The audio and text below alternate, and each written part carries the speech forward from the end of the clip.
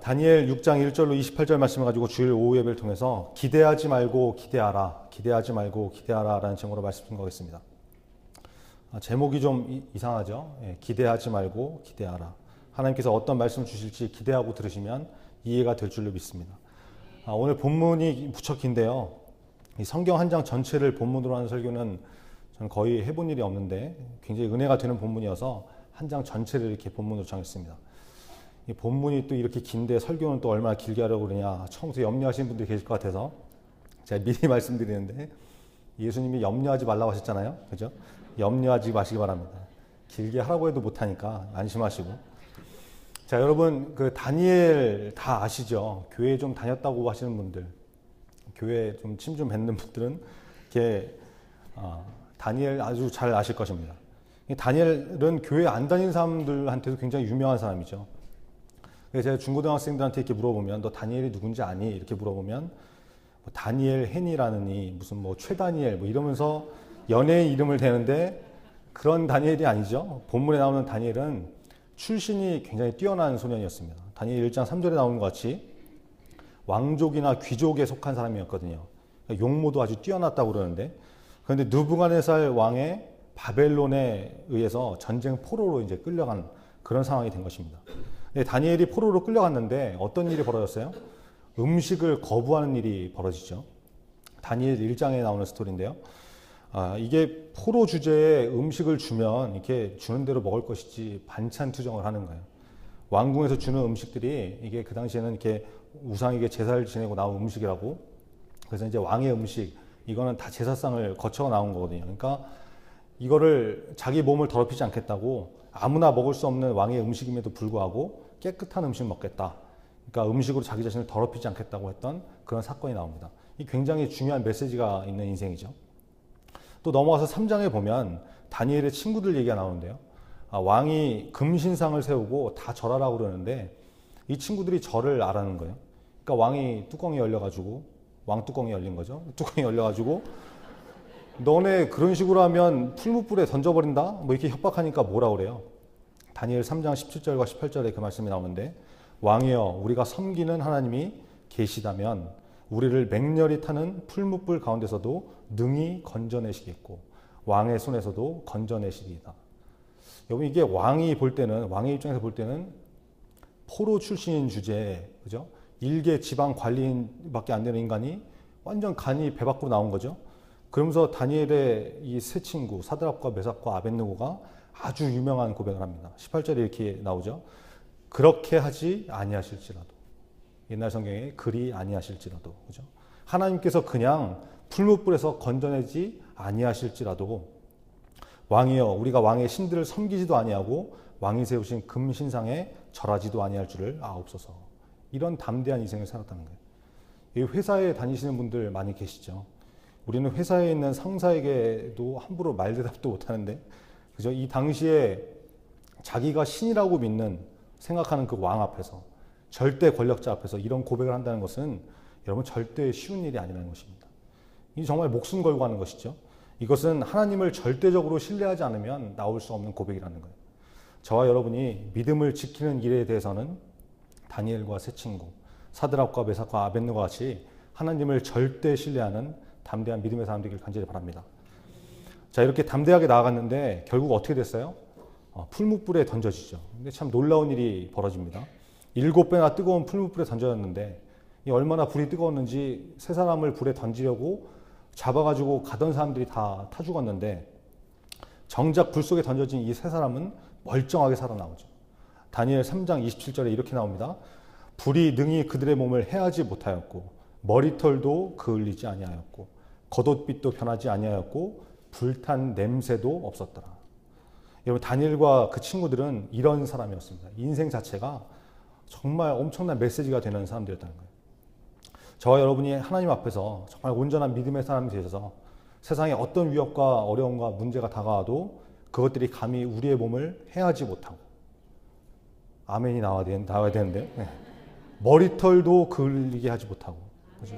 냄새조차 우리에게 남기지 못하는 그런 하나님께서 지키시고 보호하는 인생 되기를 간절히 바랍니다. 다니엘이 이런 사람이었습니다. 그의 친구들이 이렇게 멋진 사람들이었다는 거예요. 그리고 오늘 본문 다니엘 하면 빼놓을 수 없는 아주 유명한 사건이죠. 사자굴 속에 던져졌던 다니엘. 이 말씀을 통해서 우리가 무엇을 기대하면 안 되고 또 어떤 기대를 하면서 살아야 되는지 좀 점검해 보겠습니다. 1, 2, 3절에 이런 내용이 나오죠. 다니엘이 다리오 왕 때에 총리로 세움을 받았습니다. 이 다니엘이라는 사람은 바벨론에서 느부갓네살 왕 때는 바벨론의 모든 도를 통치하였고 벨사살 왕 때는 왕국의 세 번째 지도자가 됐고 다리오 왕 때는 세 명의 총리 중에 하나였고 그 후에 이제 또 나오는 거 보면 페르시아 고레스 왕 때까지 고위 관직에 있었던 그런 사람입니다. 굉장히 복잡하죠. 하여튼 그냥 오랫동안 높은 자리에 있었다고 생각하시면 됩니다. 근데 그 다리오 왕이 120명의 고관을 세워서 전국을 통치하게 했어요. 그리고 그 관리들 위해 3명의 총리를 둬서 120명의 고관들을 뭐 일을 잘하는지 확인하고 점검하고 보고하는 그런 시스템으로 나라를 통치했습니다. 그 3명의 총리 중에 한 사람이 다니엘이었다는 것이죠. 굉장히 높은 위치에 있었던 사람입니다. 다니엘은 마음이 민첩하다고 그랬죠. 요즘 말로 하면 아주 센스가 있었던 사람이고 다른 총리나 방백들보다 뛰어났던 실력이 탁월했던 그런 사람입니다. 그러니까 일도 잘하고 왕의 마음에 쏙 들었던 이 왕의 남자였죠. 그래서 다리오 왕이 이 다니엘을 자기 오른팔로 삼고 그에게 모든 것을 다 맡기고 싶어 했습니다. 그러다 보니까 어떻게 했어요? 당연히 다니엘 주변에 있는 사람들이 셈이 나는 거죠. 그래서 다니엘을 무너뜨릴 방법을 찾습니다. 스캔들을 터뜨릴 만한 게 없는지 뒷조사하고 찾았다는 거예요. 4절에 뭐라 그래요? 이에 총리들과 고관들이 국사에 대하여 다니엘을 고발할 근거를 찾고자 하였으나 이게 뒷조사했다는 거죠. 근데 뭐예요? 아무 근거, 아무 허물도 찾지 못하였으니 이는 그가 충성되어 아무 그릇됨도 없고 아무 허물도 없음이었더라. 여러분 잘 보세요. 지금 다니엘을 고소하려고 했던 사람들이 누굽니까? 함께 일했던, 다니엘과 함께 일했던 동료 총리들하고 자기 아래에 있었던 고관들, 지방 관리들이었다는 거예요. 근데 이 사람들이 다니엘을 미워했다는 것이죠. 다니엘이 자기만 혼자 잘 나가고 왕의 오른팔이 되고 왕이 총애하는 사람이 되니까 주변에 있는 사람들이 변하기 시작했다는 거예요. 저놈만 없으면 내가 저 자리에 올랐을 텐데, 그죠?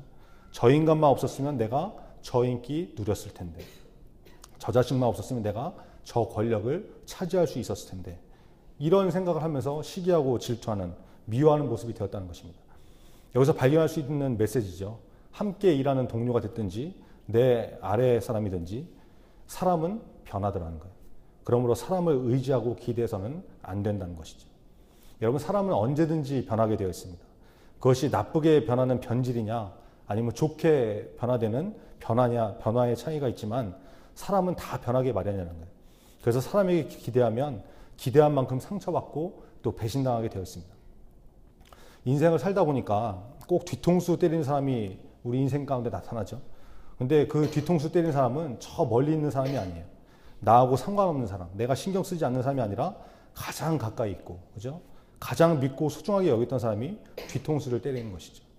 왜 그렇습니까? 처음부터 적이었다고 그러면 경계하고 방어하기 때문에, 방어 자세를 취하기 때문에 내 뒤를 보이지 않죠. 그죠? 서로 맞서서 싸우고 있는데 뒤통수를 때릴 수 없잖아요. 그러므로 내 뒤통수를 친 사람 누구냐? 내가 믿고 의지하고 기대했던 사람. 내 편에 서서 내 백이 됐던 그런 사람이 오히려 내 뒤통수를 치더라는 것입니다. 저도 인생을 돌아보면 뒤통수를 맞았던 아픔이 있었습니다. 중학교 3학년 때인데 진짜 거의 같이 살다시피 하면서 이렇게 학교에서도 붙어 다니고 방과 후에도 같이 다니고 시험 기간에는 밤새 같이 공부했으면 좋았을 텐데 놀았던 그런 친구가 있었는데 제가 진짜 좋아했던 친구가 있었거든요. 좋아했다 보니까 또 이제 그 친구가 여자인 줄 알고 또 걱정스러운 표정을 보시는 분이 계신 것 같은데 남자입니다, 남자. 전 중학교, 고등학교를 다 남학교를 나와가지고 참 인생을 이렇게 여자 구경을 잘 못하면서 살았는데 안타까운 일이죠. 근데 하여튼 이 친구가 저하고 굉장히 친했는데 하루는 골목에서 담배를 피우다가 저한테 이제 걸린 거예요. 제가 또 바른 생활 사나이잖아요. 비웃는 분들이 계신 것 같은데. 네. 그래서 제가 막 뭐라고 했죠. 야, 중딩이 지금 중학교 3학년밖에 안 된 게 담배는 무슨 담배냐? 너 제정신이냐? 미친 거 아니냐?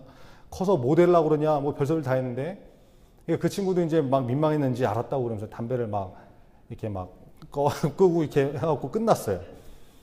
끝났는데 근데 이게 또 얼마 후에 담배를 피다가 또 저한테 걸린 거예요. 그때는 제가 더 심하게 막 뭐라고 했지. 야, 이 골초야. 너 그러다 폐암 걸려 뒤진다.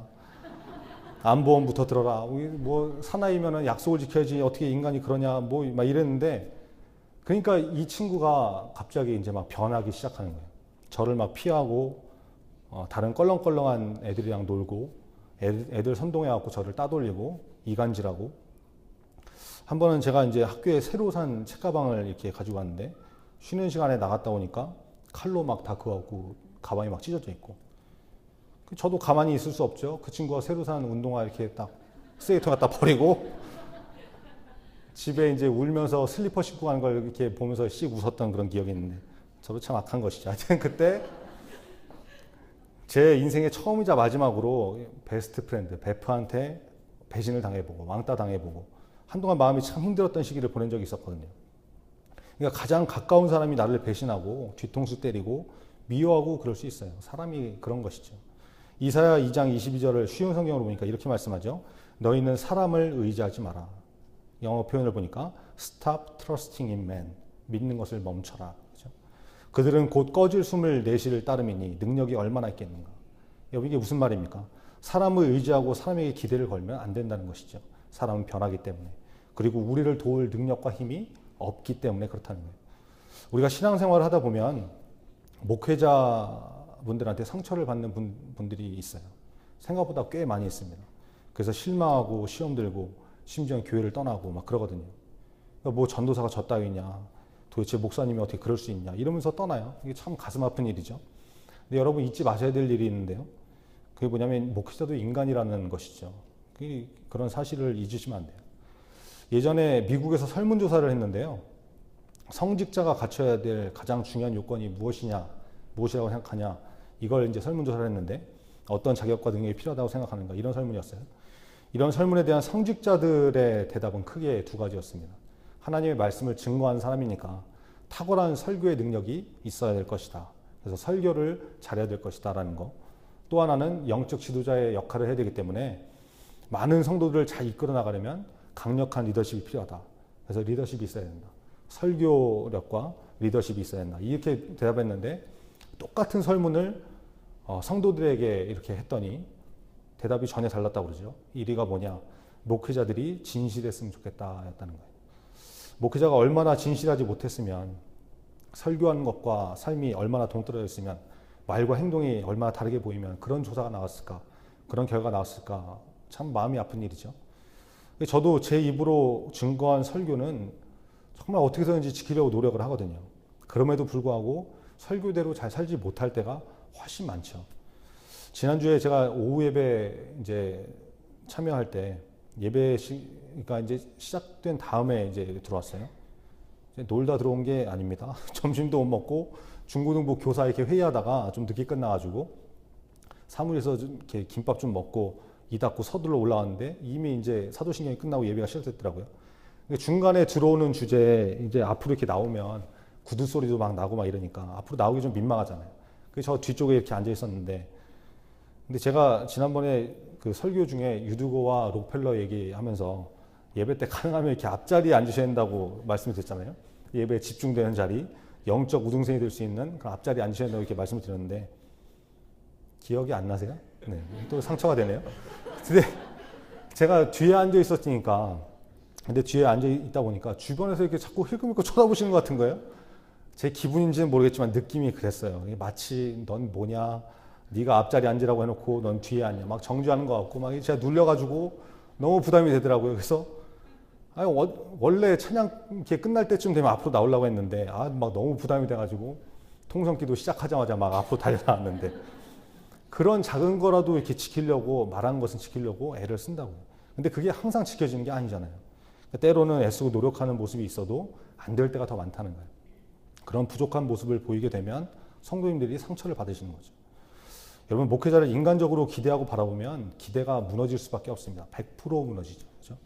근데 여러분도 인정하셔야 됩니다. 목회자가 불완전한 인간이기 때문에 실족할 수도 있고 그래서 가능하면 인간적으로는 기대하지 않으시는 게 좋다는 것이죠. 지금 제가 목회자분들을 옹호하고 뭐 변명하고 이런 개념이 아니라는 거 아시죠? 중요한 것은 사람에게 기대하는 것을 접어두셔야 된다는 것입니다. 그래야 상처받지 않는 것이죠.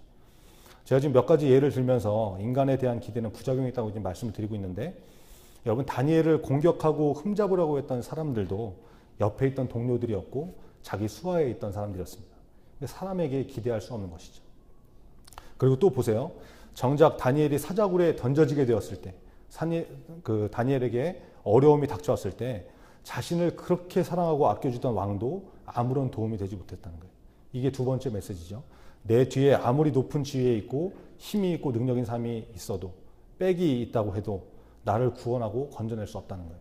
힘 있는 사람에게도 기대해도 얻을 게 없다는 것이죠.